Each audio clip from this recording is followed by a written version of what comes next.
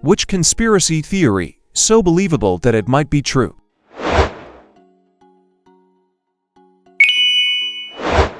That your phone's microphone is constantly hot and it's listening for keywords to target advertising. Most glaring instance where this happened to me was when I walked into a colleague's office. He had just gotten a standing desk, but one that goes on top of his existing desk rather than a standalone pawn model.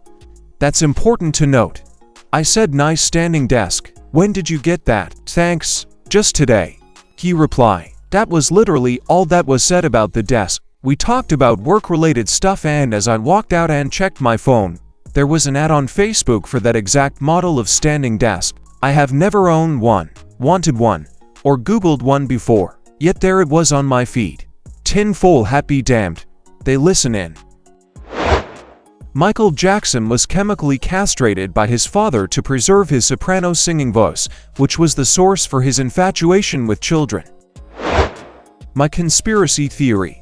Facebook purposely attempts to ruin people's relationships because the drama gets more views and more views sell more ads. Several years ago, they introduced a feature so that your comments on other pages would show up in your friends' feeds. So if you're secretly an atheist and you comment on some atheist page, it shows up in your devout Southern Baptist grandma Muriel's timeline, even though it's a conversation that has nothing to do with her and there's no reason for it to be. As a result, Facebook outs you to your family, and grandma is typing away at all the evil Satanists trying to corrupt her grandson. And if you comment on a public post, it's unavoidable. You used to be able to control who could see your comments even on public posts by other pages, but at the same time Facebook introduced their tattletale feature. They took that ability away. Now if they were to stumble across the same page, they'd be able to see your comment. But after that change, Facebook started pointing everybody you know directly to it. Not to mention, the privacy settings are difficult to find, difficult to understand, and with each passing year gives you less and less control over who sees what. By forcibly combining everybody's social circles, Facebook is trying to generate conflict. They want to generate conflict because the conflict happens on Facebook, which means people logging onto Facebook more often and seeing more ads. They're essentially an internet tabloid, except instead of showcasing the personal drama of celebrities for clicks and sales, they're doing it to you instead. Ever notice how the vast majority of family drama, relationship fights, etc. these days happens on Facebook? That's by design. Facebook is literally destroying the social fabric to make a buck, consuming relationship stability like it's an oil refinery consuming crude. The ballistic missile threat that was sent to Hawaiian cell phone saying, "Seek shelter, this is not a drill," that was later deemed a mistake, was a real missile that was intercepted before impact. Dyson purposefully made the cable shorter over time just before announcing the cordless version. My DC01 has a 12 meters flex, my DC14 has a 6.5 meters flex. They purposefully made the flex shorter to be an inconvenience and make people want the cordless version. The rich orchestrated the recession back in 2008 to take advantage of the market. Memes about the NSA and other spy programs are encouraged by the very agencies spying on us to twist the idea into the absurd and to humanize their agents. Miley Cyrus's crazy streak was all a carefully planned marketing scheme to get her solidified as an A-list celebrity. I believe it was done to make Disney completely cut ties with her and kill the image of Hannah Montana. It's worked too. Hannah Montana was quite possibly Disney's largest TV show ever, but I haven't seen anyone even mention it for years now. And despite Disney cashing in on old IPs Aladdin, Kim Possible, Lion King, etc., we have yet to even hear an unsubstantiated rumor regarding Hannah Montana. Dad, is that you? But seriously though, my dad has been saying this since she first went wild. She had to do something completely extreme to destroy the image of Hannah Montana, and thus allow her to begin her own career as Miley Cyrus. The Vatican holds horrible dark secrets and many answers to existential questions, and that Area 51 is a publicity stunt by the government to hide the real testing facility. The Vatican has many vaults literally stuffed with thousands of documents that no one but people in the Pope's circle have access to. Who knows what's in those? I'm willing to bet there are parts of the Bible Christian history, I will never see the light of day thanks to Emperor Constantine creating the first official canon of the Bible. YouTube in a mobile browser is so shitty so they can force you to use the ad and not use an ad blocker. I have long argued to friends and family that Barack Obama may have been a CIA operative sometime in between college and being a community organizer in Chicago. Dare with me. After graduating from Columbia in 1983, Obama went to work for a company called Business International Corporation, a company that is known to have been used as a CIA front in the past. There is little information available about this time in Obama's life. The CIA was actively recruiting at that point in history and would have been very interested in a young black man with an Ivy League education and ties to Indonesia and Africa. The information would most likely still be classified, but it could also have helped his rapid accession in politics at such a young age. After nursing this theory for a while, I finally Googled it and, sure enough, loads of websites tout similar theories. Some of it convincing.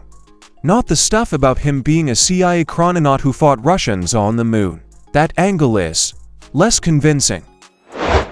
Some group of people wanted all the Kennedys dead for some reason. Edit.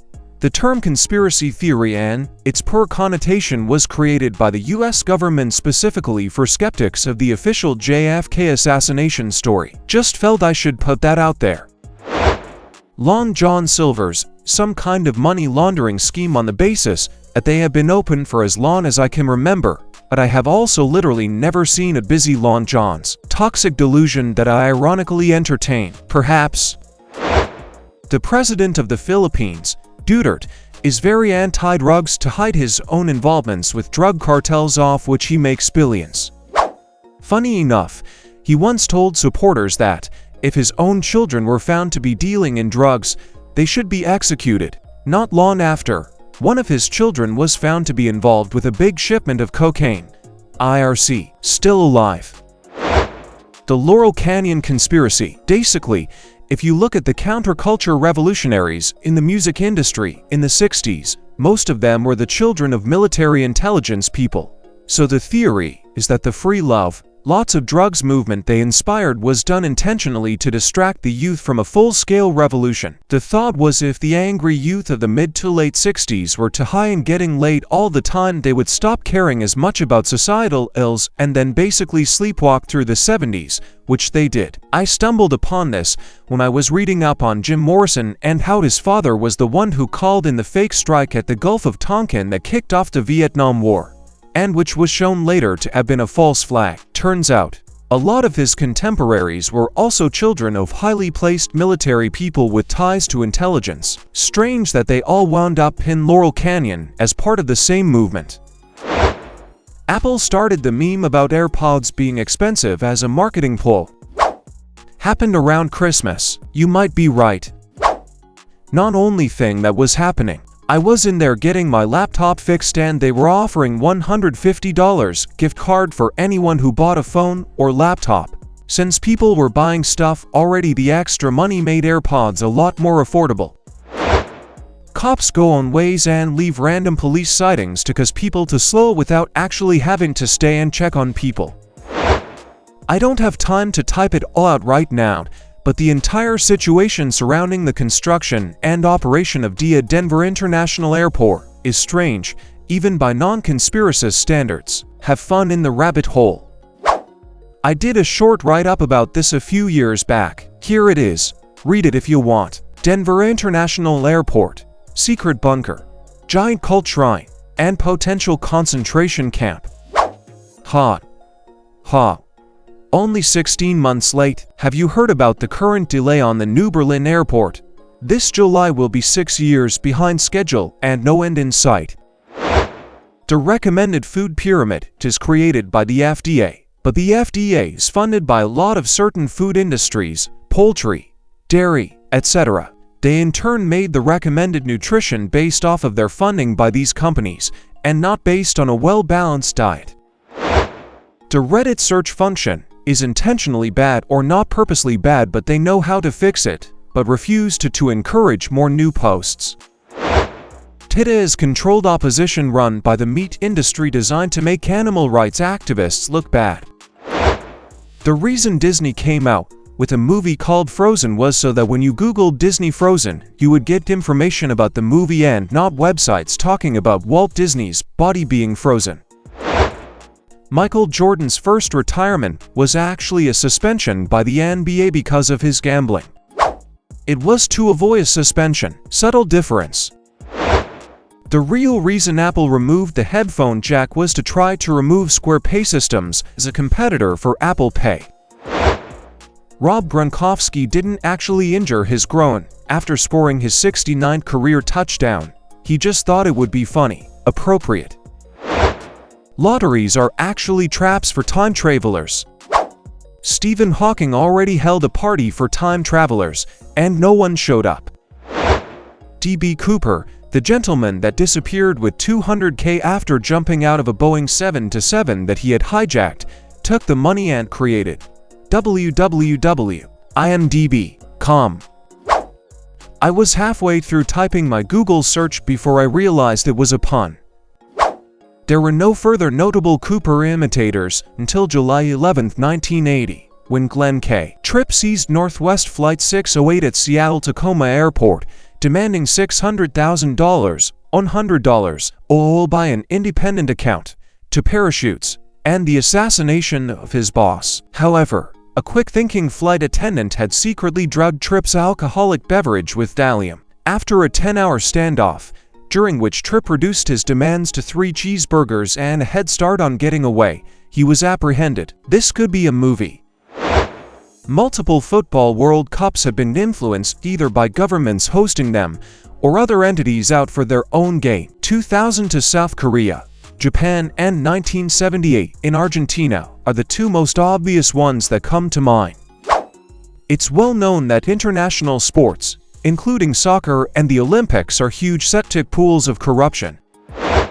The oil and coal industries invested heavily in killing off nuclear power as an attractive alternative. These days we have reactor designs many times safer than other methods of generating power, and the waste issue is something that could be fixed with sufficient investment. The government experiments on the mentally insane because no one will believe someone with that kind of medical history. I feel like people overlook the fact that the government actually did experiments on Americans and fucked at least one of them up so bad that he moved to the middle of the woods and started mailing bombs to people.